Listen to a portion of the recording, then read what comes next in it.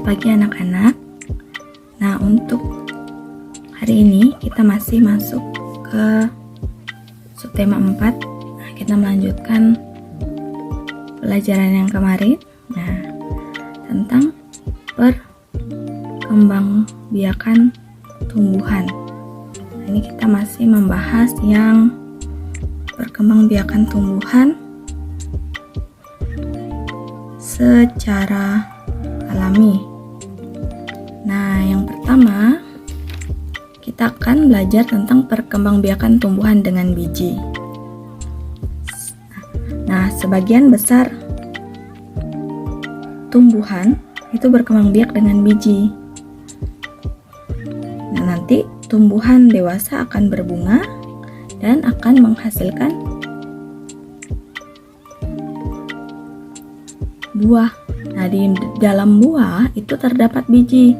Nah, bijinya ini yang akan kita tanam dan bijinya akan berkembang menjadi tanaman yang baru. Nah, nanti tanaman yang baru itu akan tumbuh menjadi tanaman dewasa dan berbuah kembali. Nah, itu adalah perputaran tahapan perkembangan atau siklus daur hidup dari tumbuhan yang berkembang biak dengan biji. Jadi dia mulainya dari biji. Sebelumnya kan sudah di penjelasan sebelumnya juga sudah dibahas ya.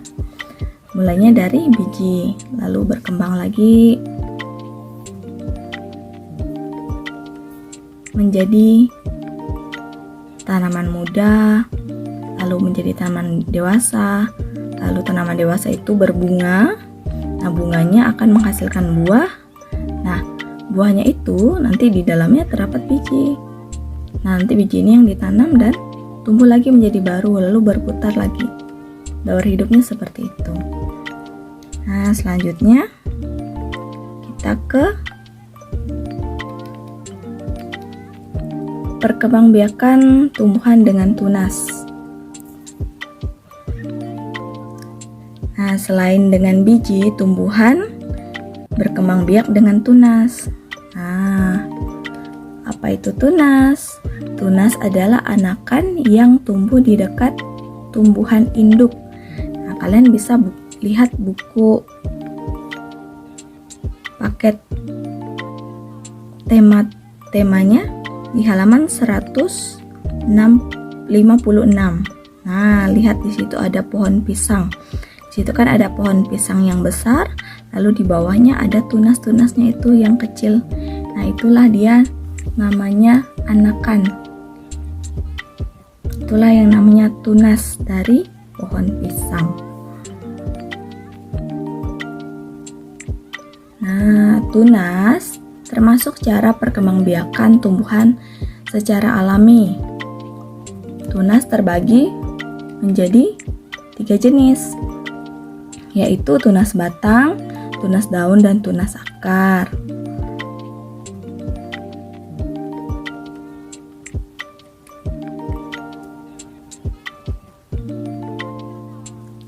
Nah, tunas batang, ini tunas batang tumbuhan pada batang tumbuhan. Tunas batang tumbuh pada batang tumbuhan, contohnya seperti bambu, pisang, dan tebu ya. Lalu untuk tunas daun itu tumbuhnya pada daun, contohnya cocor bebek dan begonia. Nah, untuk tanaman cocor bebek kalian bisa lihat di buku paket tema halaman 156. Di situ ada cocor bebek, daun cocor bebek. Nah, tunasnya itu tumbuh di pinggiran daunnya. Jadi di pinggiran daunnya itu nanti muncul lagi tunas-tunas akan menjadi tanaman yang baru. Nah, lalu tunas akar itu tumbuh pada akar tumbuhan. Contoh tanaman sukun dan karsen.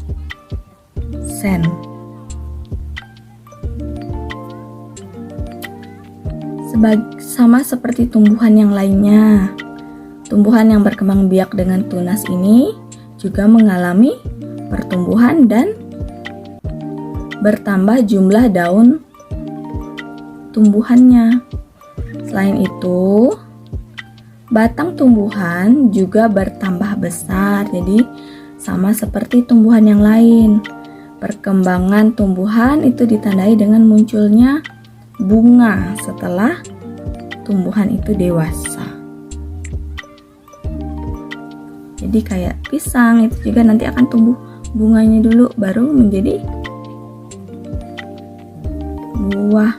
Lalu ada tunasnya di bawahnya ya. Kalau untuk yang pisang itu dia dari bawah, dari tunasnya. Nah, itu untuk perkembangbiakan dengan tunas. Kita ke yang ketiga, perkembangbiakan dengan umbi. Nah, umbi merupakan bagian tumbuhan yang membesar karena berisi cadangan makanan. Nah, ada beberapa jenis tumbuhan yang berkembang biak dengan menggunakan umbi. Kemarin kalian sudah tahu apa saja itu. Nah, lalu umbi dibedakan menjadi 3 jenis, yaitu ada umbi akar, umbi batang, dan umbi lapis. Sebelum membahas jenisnya ini, nah, tumbuhan yang berkembang biak dengan umbi itu hidupnya di darat. Lalu tumbuhan yang berkembang biak dengan umbi ini membutuhkan air dan zat hara dari dalam tanah, dan juga membutuhkan karbon dioksida serta cahaya matahari. Nah, air dan karbon dioksida akan diolah oleh tumbuhan menjadi makanan dengan bantuan sinar matahari. Jadi mereka membuat tumbuhan yang dengan umbi ini membuat makanannya dari air, juga karbon dioksida serta zat-zat hara yang ada di dalam tanah, juga dibantu oleh sinar matahari ya. Nah, kita lihat jenis-jenisnya. Nah, di sini ada umbi akar. Itu berasal dari bagian akarnya. Umbi akar itu tidak berbuku-buku dan tidak memiliki mata tunas. Tumbuhan yang berkembang biak dengan umbi akar antara lain itu ada wortel, lobak, dan singkong. Lalu untuk umbi batang itu berasal dari bagian batangnya. Umbi batang memiliki mata tunas. Nah, tumbuhan yang berkembang biak dengan menggunakan umbi batang antara lain itu adalah kentang dan ubi jalar. Yang ketiga, ada umbi lapis. Nah, umbi lapis ini berasal dari bagian daunnya. Umbi lapis memiliki susunan berlapis-lapis. Jadi bagian umbinya itu berlapis-lapis. Pada bagian tengah umbi lapis itu akan tumbuh tunas nanti di bagian tengahnya. Nah, tunasnya inilah yang akan berkembang nanti menjadi tanaman yang baru. Nah, tanaman yang berkembang biak dengan umbi lapis antara lain yaitu bawang merah, bawang putih, nah bawang bombay. Nah, tumbuhan yang berkembang biak dengan menggunakan umbi itu juga mengalami pertumbuhan dan perkembangan. Pertumbuhan tanamannya ditandai dengan bertambah tinggi tumbuhan dan jumlah daunnya bertambah banyak. Selain itu, panjang dan berat umbi juga bertambah. Perkembangan pada tumbuhan juga ditandai dengan bertambahnya kemampuan tumbuhan untuk membuat makanannya sendiri. Nah, perkembangan tumbuhan tersebut juga ditandai dengan munculnya bunga saat tanaman itu dewasa.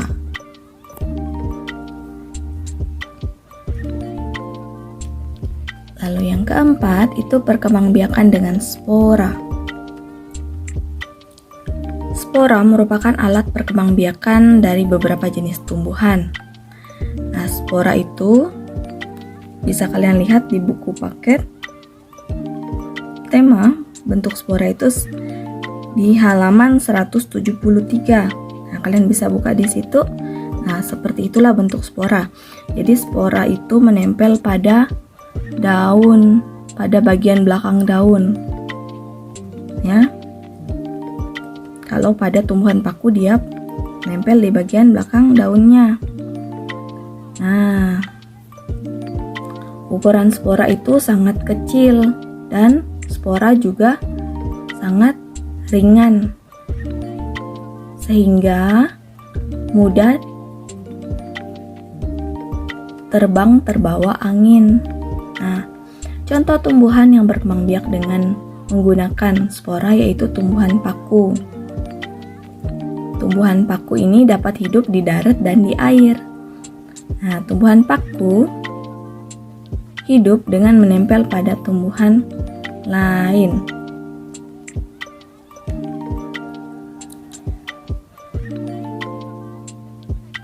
Nah, perkembangbiakan dengan spora ini, jadi spora itu kan karena ukurannya sangat ringan dan kecil, itu nanti sporanya itu akan terbang terbawa angin. Nah, spora itu yang jatuh pada tempat yang sesuai, nah itu akan tumbuh dan berkembang menjadi tanaman yang baru nantinya.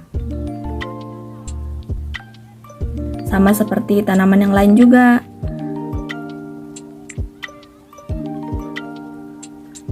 Tumbuhan paku. Nah, di sini ada yang selain tumbuhan paku ada juga tumbuhan lumut itu yang berkembang biak dengan spora.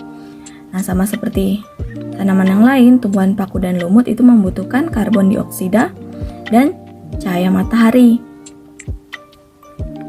Serta juga membutuhkan air dan zat hara. Nah, karbon dioksida dan air akan diolah oleh tumbuhan untuk membuat makanan dengan bantuan cahaya matahari. Berarti sama seperti tumbuhan yang lain ya. Untuk membuat makanan mereka perlu air, zat hara, cahaya matahari, dan karbon dioksida. Nah, untuk tumbuhan paku dan lumut juga mengalami pertumbuhan dan perkembangan.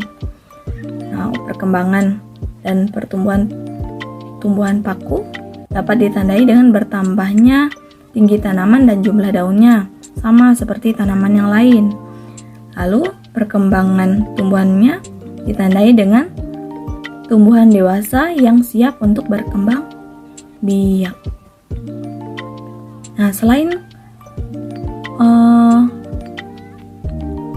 tumbuhan paku dan lumut yang berkembang biak dengan spora itu juga ada tanaman jamur.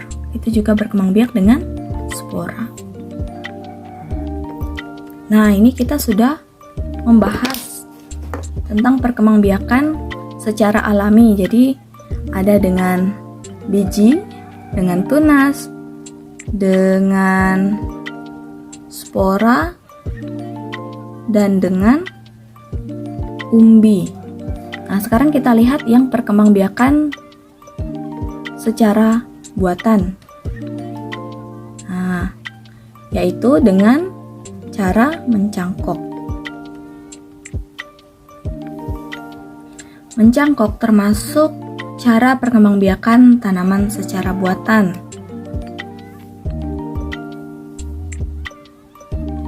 Nah, sebelum membahas mencangkok, perkembangbiakan tanaman secara buatan itu adalah perkembangbiakan pada tumbuhan yang dilakukan dengan bantuan manusia. Nah, cara perkembangbiakan tanaman secara buatan antara lain bisa dengan stek, menempel, dan mencangkok. Jenis tanaman yang bisa dicangkok yaitu ada tanaman buah-buahan seperti jambu, mangga, jeruk, dan rambutan. Nah, tadi mencangkok termasuk tadi salah satu cara perkembangbiakan secara buatan.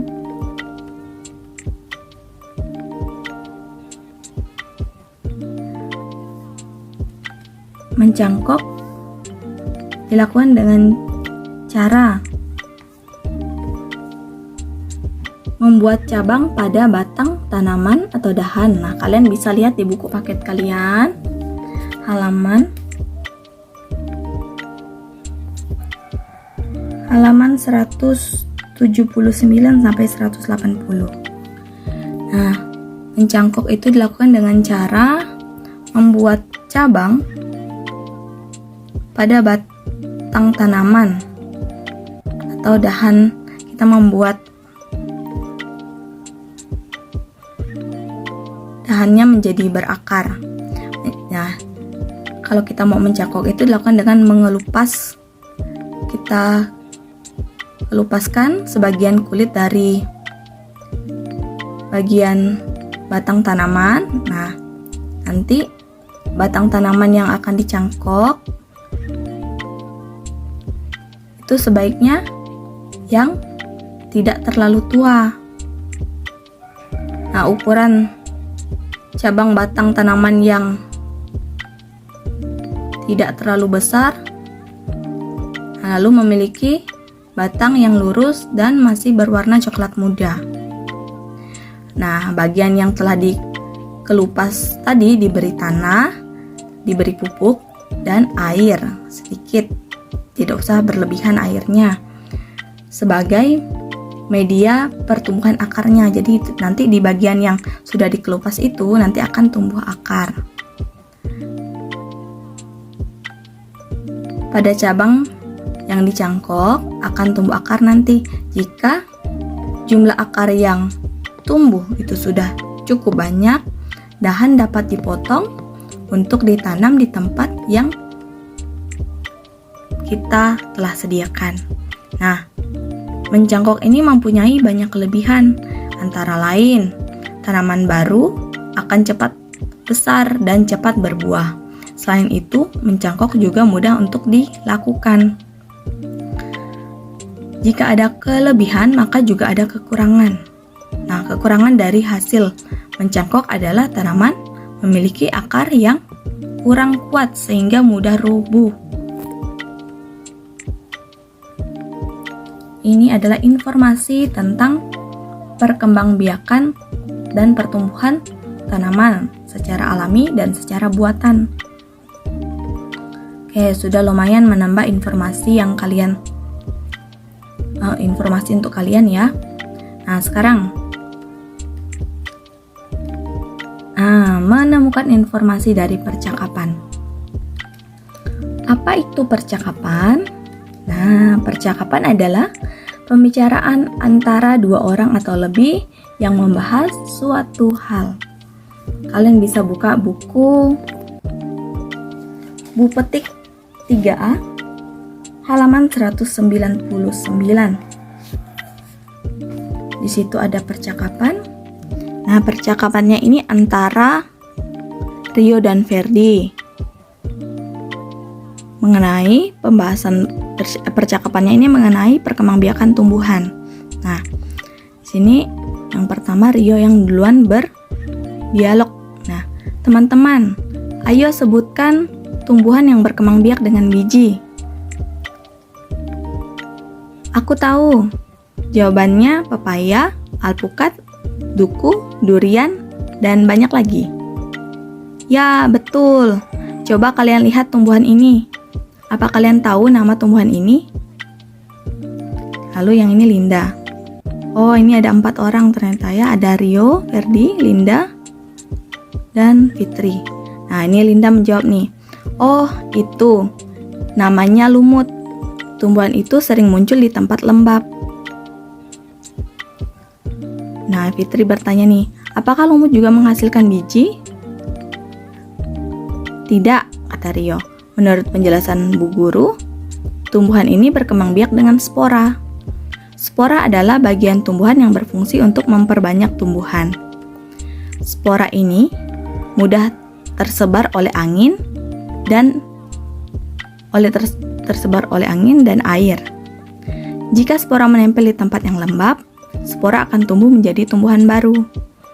Oh, seperti itu. Aku baru tahu.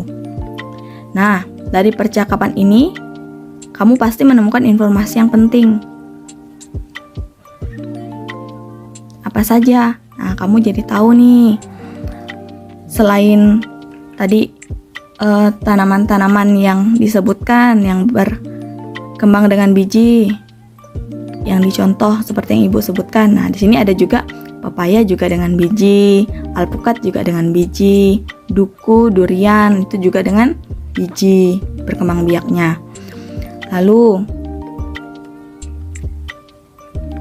nah ternyata selain terbawa oleh angin, spora juga bisa terbawa oleh air. Nah, nanti spora yang menempel di tempat yang lembab itu juga akan menghasilkan tumbuhan yang baru. Nah, kita dapat menemukan informasi dari percakapan ini. Ya, itu yang dimaksud dengan apa saja yang kita temukan dari percakapan.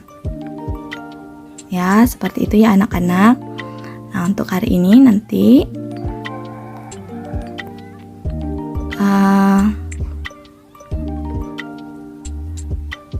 tidak ada latihan. Jadi nanti akan diberikan catatan saja karena kemarin kalian sudah latihan ya.